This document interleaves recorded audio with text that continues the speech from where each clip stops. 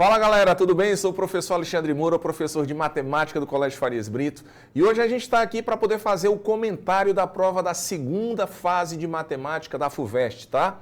Prova que foi muito esperada durante o ano por todos os nossos alunos, mas a gente tem certeza que o resultado foi excepcional, né? E a princípio, antes da gente começar a mostrar aqui as questões para vocês, vamos dar um panorama geral em relação à prova. Foi uma prova dentro do que a gente já espera, para o nível de questões de segunda fase da prova da FUVEST, né?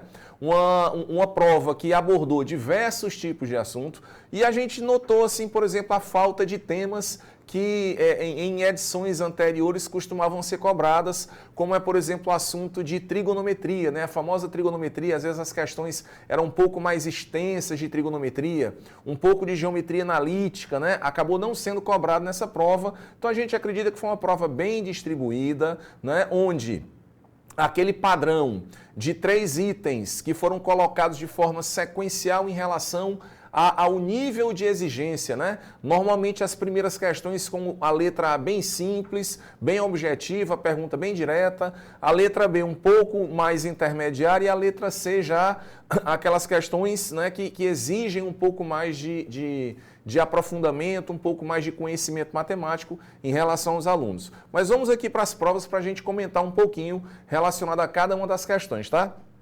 Gente, a nossa primeira questão, queria que vocês acompanhassem aí.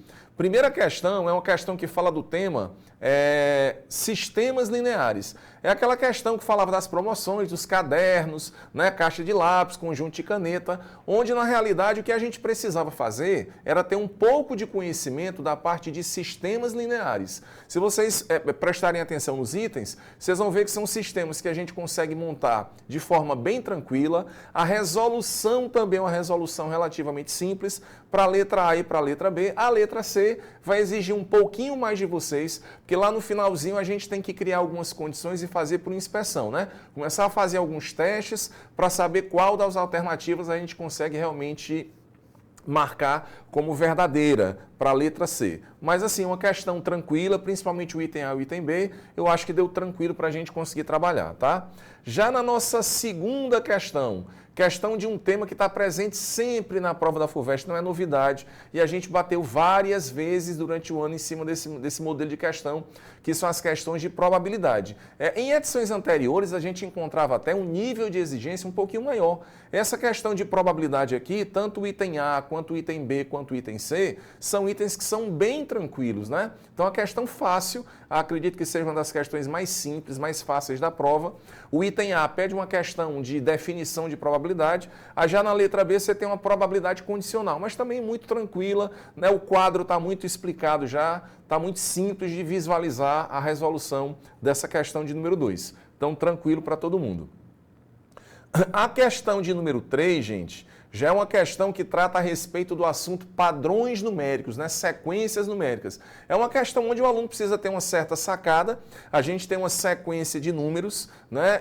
Essa sequência apresenta um determinado padrão e aí ele pede para você deslocar esse conjunto que está indicado aí de 4 elementos na linha, na coluna e pergunta o que é que vai acontecer com a característica dos elementos que estão sendo indicados aí para vocês. A letra A e a letra B também são 2 itens que são simples, né?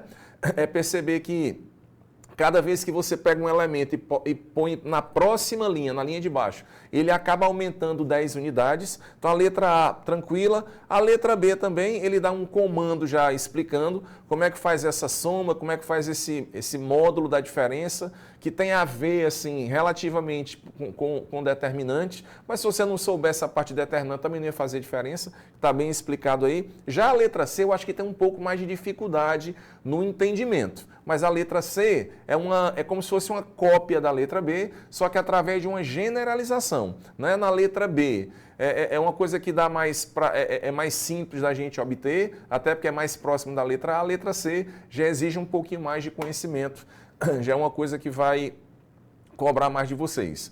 Agora, a quarta questão.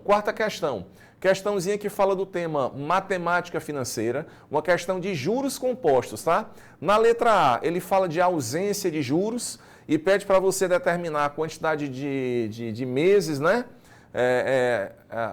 Em quantas parcelas de R$ 500 você poderia quitar um financiamento? Questão extremamente elementar, é uma questão que trabalha somente uma divisão.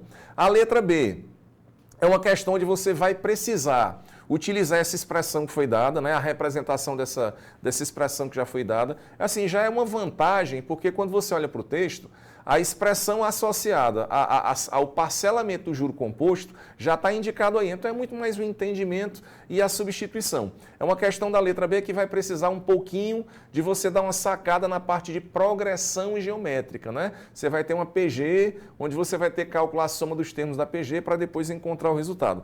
A letra C é uma questão que, a princípio, a gente não percebe, mas ela tem a ver com o logaritmo, a letra C, né? Tanto é que lá no comando, lá no final, tem dizendo o seguinte, no item C, a resposta pode ser apresentada em função do logaritmo. Na verdade, assim, ela vai ser realmente apresentada, porque para você conseguir determinar o resultado daqueles logaritmos que vão aparecer, fica inviável até porque a questão não deu. Eu achei um pouquinho estranho, sabe, essa letra C, porque ele pede para determinar o valor do N, e o N é a quantidade de parcelas, e ele acaba dizendo que você vai assumir que o N não precisa ser necessariamente um número inteiro dentro desse modelo. Quer dizer, é meio estranho a gente admitir que a quantidade de parcelas que você vai pagar para uma determinada compra não é uma quantidade inteira, né? Você vai pagar 16,8 parcelas, né? Então fica um pouco estranho. E a resposta também é uma resposta que assusta, porque você coloca em função do logaritmo e não é aquele logaritmo tão convencional, né? Mas dá para andar direitinho. Propriedades básicas de logaritmo, só é estranho um pouco a resposta final. A nossa quinta questão, mais uma questão que fala a respeito de padrões numéricos, né?